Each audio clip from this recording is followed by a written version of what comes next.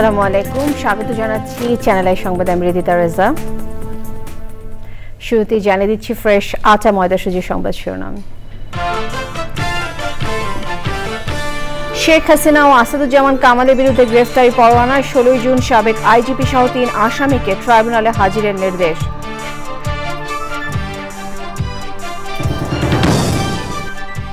জামায়াতে নিবন্ধন অবৈধ ঘোষণা করে হাইকোর্টের রায় আপিল বিভাগে বাতিল। দাড়িপাল্লা প্রতীকের বিষয়ে সিদ্ধান্ত নেবে ইসি। বাংলাদেশে ম্যানুফ্যাকচারিং হাব তৈরিতে চীনা উদ্যোক্তাদের প্রতি প্রধান উপদেষ্টার আহ্বান। রাজধানীতে বিনিয়োগ সম্মেলন উদ্বোধন। তত্ত্বাবধায়ক সরকারের আদলে ছোট উপদেষ্টা পরিষদ করে নির্বাচন দিতে বিএনপির পরামর্শ। মতলববাজরা দেশ নিয়ে খেলছে বলে মন্তব্য। পরিবেশ সুরক্ষায় দেশের 18 কোটি মানুষেরই সচেতনতা জরুরি বললেন উপদেষ্টা। গণমাধ্যমকে আরও দায়িত্বশীল ভূমিকা পালনের আহ্বান। এবং সিরিজের তৃতীয় ও শেষ টি-20তে পাকিস্তানের বিপক্ষে রাতে মাঠে নামছে বাংলাদেশ। হোয়াইট ওয়াশ এড়াতে জয় টাইগারদের লক্ষ্য।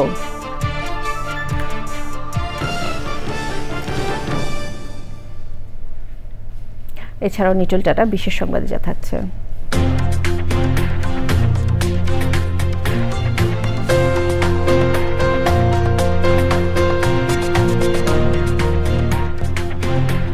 বিশ্ব পরিবেশ দিবস পালনের র্যালি ও পথনাটকের খবর।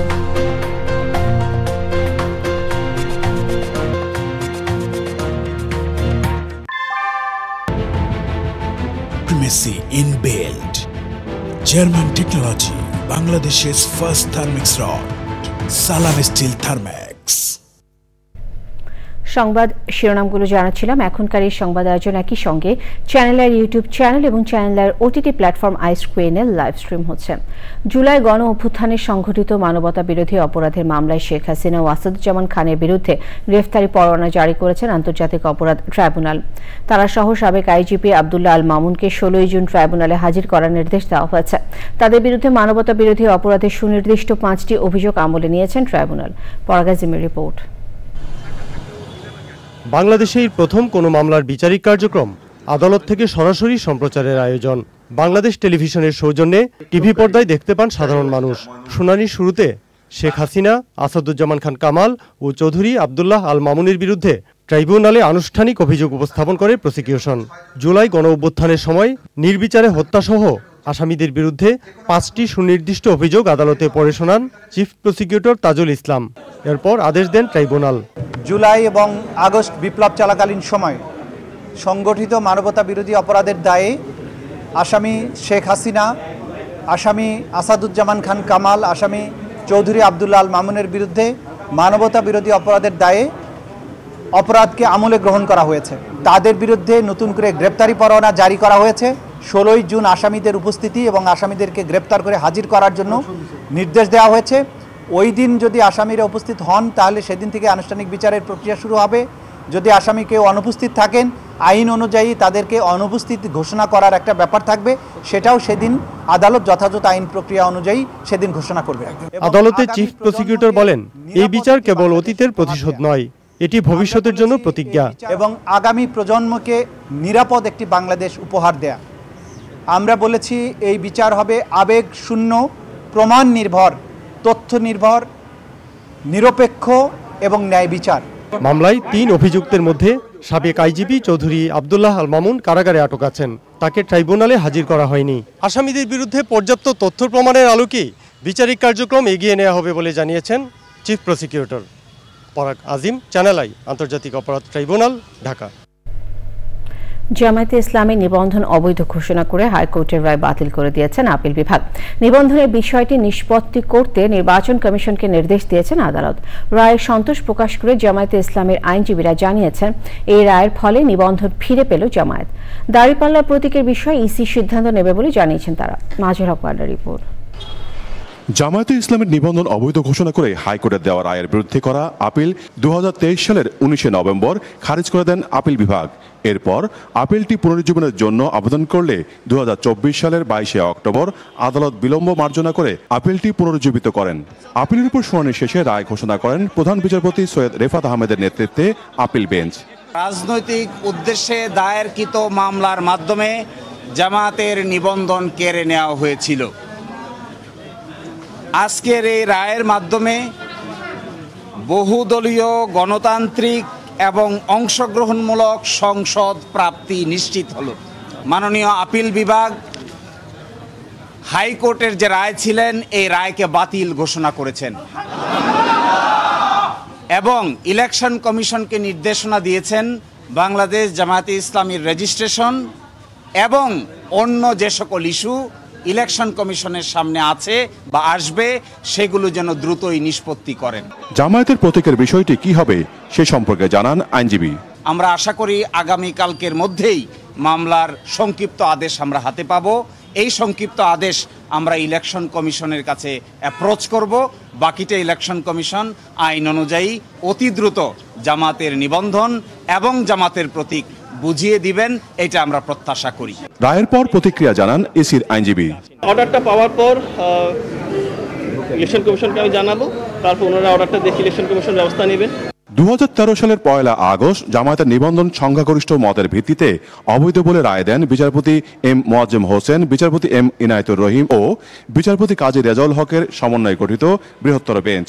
তবে রায় স্থগিত চেয়ে আবেদন করলে খারিজ করে দেন চেম্বার বিচারপতি AHM শামসুদ্দিন চৌধুরী।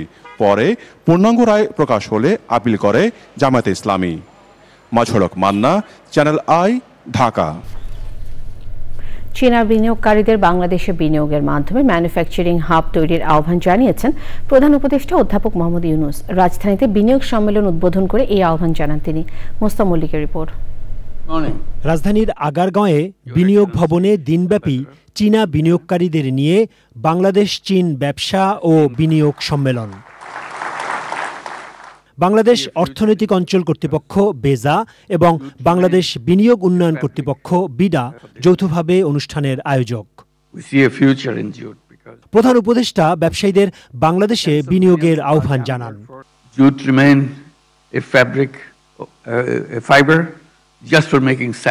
বাংলাদেশকে ম্যানুফ্যাকচারিং হাব বানাতে আপনারা এখানে বিনিয়োগ করুন। এখানে তৈরি পোশাক, জ্বালানি, কৃষি, পাট, তথ্য প্রযুক্তি সম্ভাবনাময় শিল্প। বিনিয়োগের জন্য বাংলাদেশ এখন উপযুক্ত ক্ষেত্র। বাংলাদেশের তরুণ জনশক্তিকে কাজে লাগাতে চীনের প্রতি আহ্বান জানান প্রধান উপদেষ্টা। বাংলাদেশের মোট জনশক্তির অর্ধেকের বয়স 30 বছরের নিচে। এই তরুণরা কাজে যোগ দিতে প্রস্তুত রয়েছে। বাংলাদেশে বিনিয়োগ করে তরুণদের কাজে লাগান। সম্মেলনে চীনের 100 প্রতিষ্ঠানের প্রায় 250 বিনিয়োগকারী ও ব্যবসায়ী অংশ নেন। Mostafa Mallik, channel I, Dhaka. তত্ত্বাবধায়ক সরকারের আদলে ছোট উপদেষ্টা পরিষদ করে নির্বাচন দিতে সুবিধা হবে বলে মনে করছেন বিএনপি নেতারা। রাজধানীতে আলোচনা সভায় তারা বলেন, ডিসেম্বরের মধ্যে নির্বাচন না দিলে এমন ষড়যন্ত্র হবে যে নির্বাচনই হবে না। বাংলাদেশকে নিয়ে একদল মতলববাজ খেলছে বলে অভিযোগ করেন তারা। রাহুল রায় রিপোর্ট।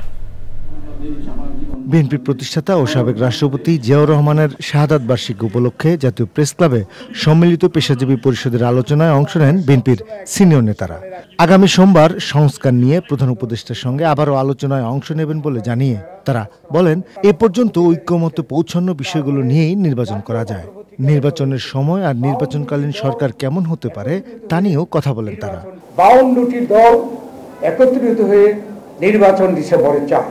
এর থেকে যদি বিলম্ব হয়, আপনারা এমন সব ষড়যন্ত্রের মোকাবেলা হবে যে কখন নির্বাচন হয় আমরা অনিশ্চিত।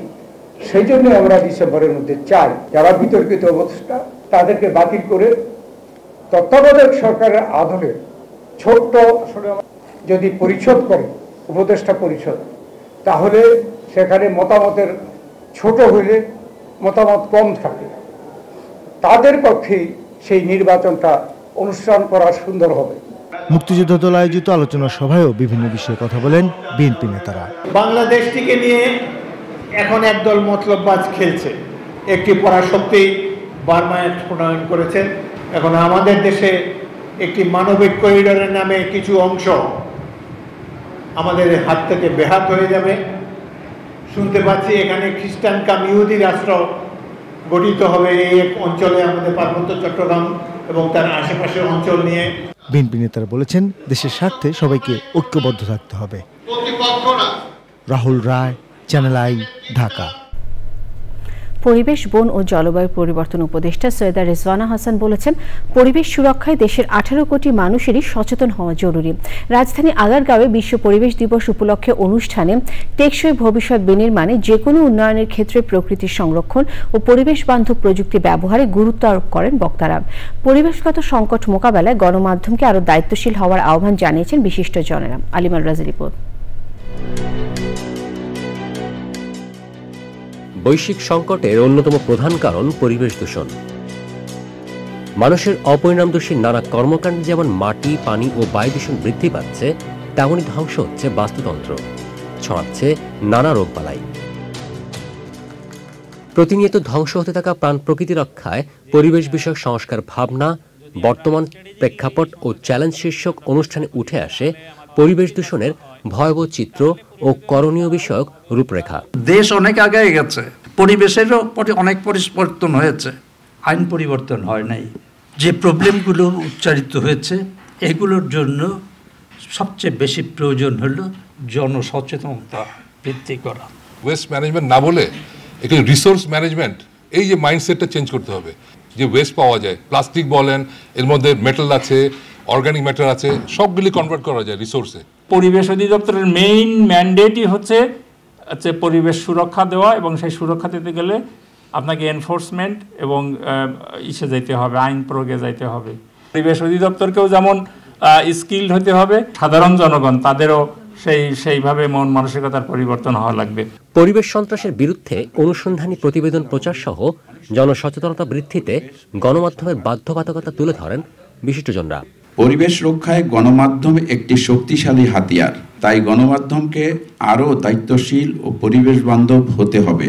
পাশাপাশি দূষণকারী শিল্প প্রতিষ্ঠান, অবৈধ বন নিধন বা নদী দখলের বিরুদ্ধে অনুসন্ধানী রিপোর্ট পরিবেশ রক্ষায় কার্যকর ভূমিকা রাখে। আমরা যতই বলি না কেন যে সচেতনতা বৃদ্ধি করতে হবে, পাশাপাশি আইনের প্রয়োগ খুব বেশি দরকার। আমি মনে করি এবার সামনে যে বাজেট আসছে, পরিবেশ মন্ত্রণালয় থেকে একটি ভালো বাজেটের জন্য একটা যেন উদ্যোগ নেওয়া হয়। আমরা সবাই মিলে হাতে হাত মিলিয়ে যখনই এগিয়ে আসব, তখনই কিন্তু আমাদের সমস্যার সমাধান আমরাই করতে পারবো। পরিবেশের সাথে সামঞ্জস্য রেখেই উন্নয়ন নিশ্চিতের পাশাপাশি পরিবেশ শিক্ষায় গুরুত্ব আরোপ করেন সংশ্লিষ্টরা। যে ছাড়পত্র দিচ্ছে সেই যদি মনিটরিং করে, কখনোই আমি করাপশন মুক্ত হতে পারবো না। সুতরাং আমার মনিটরিং এনফোর্সমেন্ট টোটালি আলাদা হতে হবে।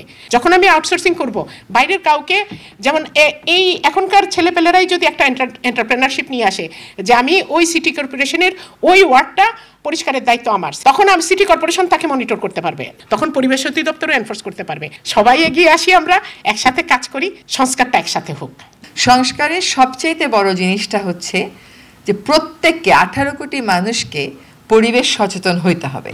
তাকে বুঝতে হবে কেবল রাস্তা, ফ্লাইওভার, বিদ্যুতের চাহিদা এইগুলি জীবনের এক প্রধানতম চাহিদা হতে পারে না।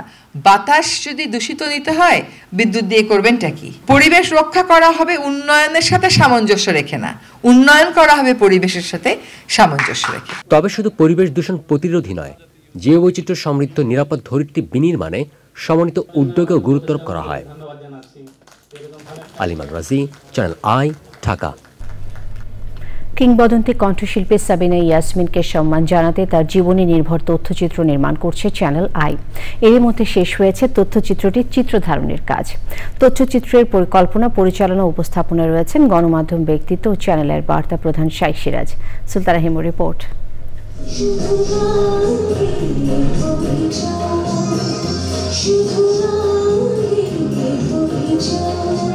প্রায় সব প্রজন্মের বাংলা সঙ্গীত প্রেমীদের হৃদয় দখল করে আছেন কোকিল কণ্ঠী সাবিনা ইয়াসমিন। এখনও সুরের মূর্ছনা ছড়িয়ে যাচ্ছেন গুণী এই শিল্পী। তারই কর্ম ও জীবন নিয়ে নির্মিত হতে যাচ্ছে তথ্যচিত্র জুঁইফুল সাবিনা ইয়াসমিন।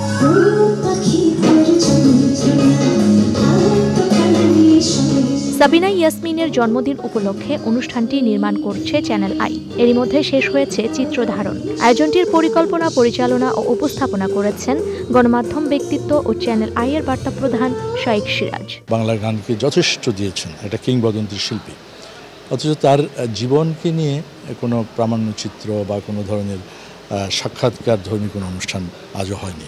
তো সেই জায়গা থেকে আমাদের কাছে চ্যানেলের কাছে মনে হলো যে তার জীবন ধর্মী একটি সাক্ষাৎকার ভিত্তিক অনুষ্ঠান হওয়া দরকার। 16,000 মতো নাকি গান গেয়েছেন। তো সেখান থেকে নির্বাচিত 12-13টি গান তিনি নিজেই নির্বাচন করেছেন। এই প্রজন্মের শিল্পীরা গাইবে তারই সামনে। তো এই আয়োজনটা আমাদের কাছে মনে হয়েছে তার জন্মদিনে সেই সময় সাবিনা ইয়াসমিনের জন্য একটা ট্রিবিউট হওয়া দরকার চ্যানেল আইয়ের। চ্যানেল আইয়ের এই উদ্যোগকে সাধুবাদ জানিয়েছেন জীবন্ত কিংবদন্তি সাবিনা ইয়াসমিন। আমার জীবনের জীবন নিয়ে যতখানি সম্ভব একটা তথ্যচিত্র তৈরি করছে চ্যানেল আই। এটা আমার কাছে খুব আনন্দদায়ক। এখনকার প্রজন্মের ছেলেমেয়েরা যে আমার অনেকগুলো গান গাইছে, এটা আমার কাছে ভীষণ ভালো লাগছে এবং প্রত্যেককে খুবই ভালো গাইছে। এই আয়োজনে সাবিনা ইয়াসমিন নির্বাচিত 12টি গান পরিবেশন করেছেন কণা, লিজা, কোনাল, ঝিলিক, ইমরান, রাকিবা ঐশী ও আতিয়া আনিসা। আগামী 4 সেপ্টেম্বর সাবিনা ইয়াসমিনের জন্মদিনে অনুষ্ঠানটি প্রচার হবে চ্যানেল আই এর পর্দায়। Sultana Himu, channel I, Dhaka. এবারে কঙ্কা ফ্রিজ কোরবানির হাটের খবর।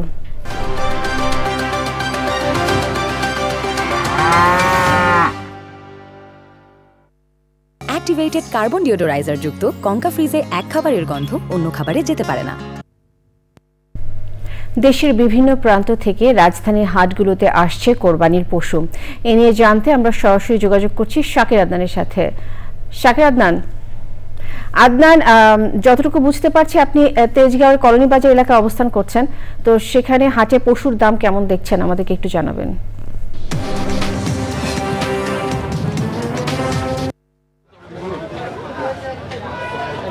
রিতা, ধন্যবাদ। আসলে এটা খুব একটা কমন প্রশ্ন যে আসলে এই কোরবানির হাটের সময় যে আসলে গরুর দরদাম কেমন হয়, এটা খুব স্বাভাবিক প্রশ্ন এবং মানুষ কিন্তু এটাই জানতে চান আসলে যে কেমন দাম হচ্ছে। এবং এখনও যেহেতু আপনারা জানেন যে আজকে সহ 6 দিন বাকি রয়েছে এখনও কোরবানির আগের সময়টাতে, তো আমরা যে তেজগাঁর যে কলোনি বাজার যে সংলগ্ন যে মাঠ এবং আশপাশের যে এলাকা সেখানে দেখলাম এবং এর আগেও 2টি হাট ঘুরে এসেছি এবং দামের যে বিষয়টি আসলে মিডিয়াম বা মাঝারি আকারের সাইজের গরুগুলোর চাহিদাই তো সবসময় বেশি, এটা এবং দেশি গরু মানুষের কিন্তু বেশি পছন্দ। তো আপনারা যে এইগুলো দেখতে পাচ্ছেন এগুলো কিন্তু দেশি এবং এগুলোর দাম মোটামুটি আমরা যে হাটগুলো ঘুরলাম সেই হাটগুলো ঘুরে দেখলাম যে মোটামুটি 1,70,80 বা এর চেয়ে একটু বড় হলে 2 লাখ বা 2,20,000 20 বা 2.5 লাখ এরকম চাচ্ছে এবং এর পাশাপাশি কিন্তু বড় বড় 10 লাখ 15 লাখ বা 18 লাখ 19 লাখ 16 লাখ 14 লাখ এরকম পেয়েছে। আমরা একজন ব্যাপারীর সঙ্গে কথা বলতে চাই। আপনার এই গরুটার দাম কত একটু জানতে চাই। এই গরুটার দাম আগে আছে 180 160 লাখ বিক্রি এটা যাচ্ছেন? জি। আচ্ছা, আর এটা 180 চাচ্ছেন, 1,80,000। এই গরুটার দাম কত যাচ্ছেন আপনারা? এটা 170 চাইছি, 1.5 লাখ হলে বিক্রি করে দেব। আচ্ছা, এর পাশে এরকম 110 20 30 এরকম কেউ কি দাম বলেছে? এটা দাম বলেছিল, এখন ছাড়ছেন না কেন? মানে আমার গরু যা দেড়শো কিনছে এই পর্তায় দাম বলে নাই, এর পর্তায় থেকে 10,000 15,000 কম বলে, এই জন্য ছাড়তে পারি। আর সময় আছে বলে একটু সময় আছে বলে একটু দেখবো। ব্যবসায়ীরা যেটা বলছেন ছাড়তে চাচ্ছেন না এবং ক্রেতারাও কিন্তু বিভিন্ন হাট ঘুরে কিন্তু তারা দরদাম যাচাই করছেন এবং আগে থেকে তারা কোরবানি পশু ধন্যবাদ আপনাকে আদনান। এবারে বাংলাদেশ পাকিস্তান টি-20 সিরিজ।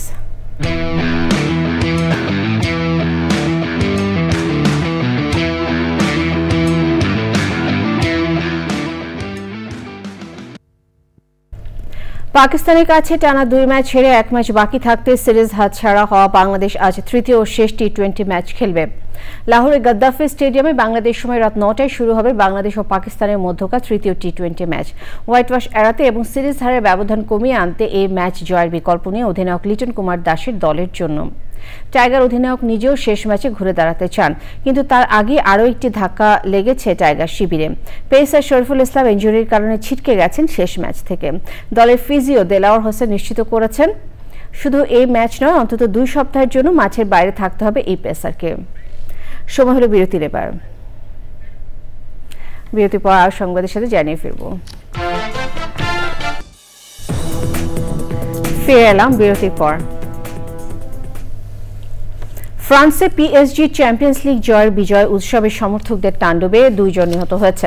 আহত হয়েছে কমপক্ষে 192 জন। 5 শতাধিক মানুষকে গ্রেফতার করেছে পুলিশ। দক্ষিণ পশ্চিমাঞ্চলের ডাক্স শহরে 17 বছর বয়সী এক কিশোর ছুরিকাঘাতে নিহত হয়। নিটল টাটা বিশেষ সংবাদ।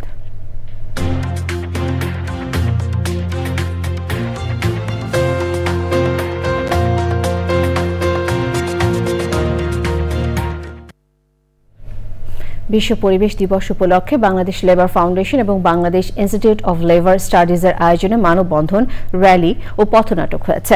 কেন্দ্রীয় শহীদ মিনারে মানববন্ধনে বাংলাদেশ ইনস্টিটিউট অব লেবার স্টাডিজের senior program officer A K Monirul Kabir বলেন, পরিবেশের প্রতি দায়িত্বশীলতা শুধু সরকারের নয়, সবার।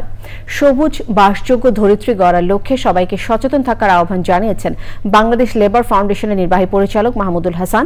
মানববন্ধন শেষে সেখানে পথনাটক হয়। আন্তর্জাতিক পরিবেশ দিবস উদযাপন উপলক্ষে আজকে আমাদের অঙ্গীকার হোক, আমরা সবাই পলিথিন দূষণের বিরুদ্ধে সোচ্চার হই, সবাই সচেতনভাবে পলিথিন দূষণের বিরুদ্ধে কথা বলি। বিশ্বব্যাপী প্লাস্টিক দূষণের অবসান, এই প্রতিপাদ্য বিষয়কে সামনে রেখে প্লাস্টিকের ব্যবহার বাড়লেও এটি রিসাইকেল ও রিইউজের পরিমাণ না বাড়ায় এসব প্লাস্টিকের অধিকাংশ সরাসরি চলে যাচ্ছে পরিবেশে। গত 50 বছরে পুরো বিশ্বে মাথাপিছু 1 টনের বেশি প্লাস্টিকের বিভিন্ন পণ্য উৎপাদিত হয়েছে, যার 90% বেশি পৃথিবীর পরিবেশকে নানাভাবে বিপন্ন করে তুলেছে। পূবালী ব্যাংক বাণিজ্য সংবাদ।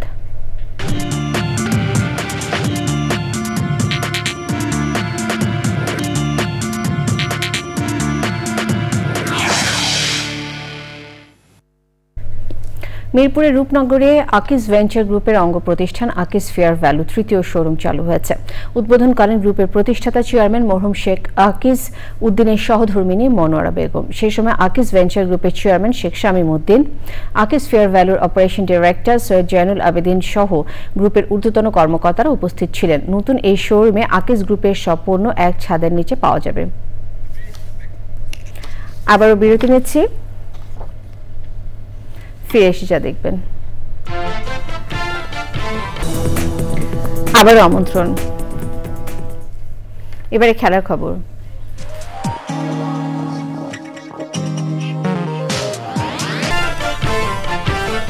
শেখ হাসিনা ও আসাদুজ্জামান কামালের বিরুদ্ধে গ্রেফতারি পরোয়ানা। 16 জুন সাবেক আইজিপি সহ 3 আসামিকে ট্রাইব্যুনালে হাজিরের নির্দেশ।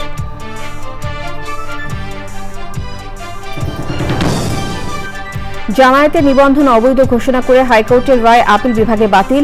দাড়িপাল্লা প্রতীকের বিষয়ে সিদ্ধান্ত নেবে ইসি।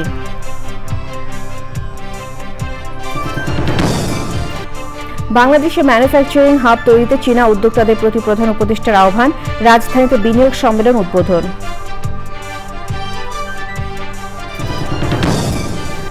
তত্ত্বাবধায়ক সরকারের আদলে ছোট উপদেষ্টা পরিষদ করে নির্বাচন দিতে বিএনপির পরামর্শ। মতলববাজরা দেশ নিয়ে খেলছে বলে মন্তব্য। পরিবেশ সুরক্ষায় দেশের 18 কোটি মানুষেরই সচেতনতা জরুরি বললেন উপদেষ্টা। গণমাধ্যমকে আরও দায়িত্বশীল ভূমিকা পালনের আহ্বান। এবং সিরিজের তৃতীয় ও শেষ টি-20তে পাকিস্তানের বিপক্ষে রাতে মাঠে নামছে বাংলাদেশ। হোয়াইট ওয়াশ এড়াতে জয়ী টাইগারদের লক্ষ্য।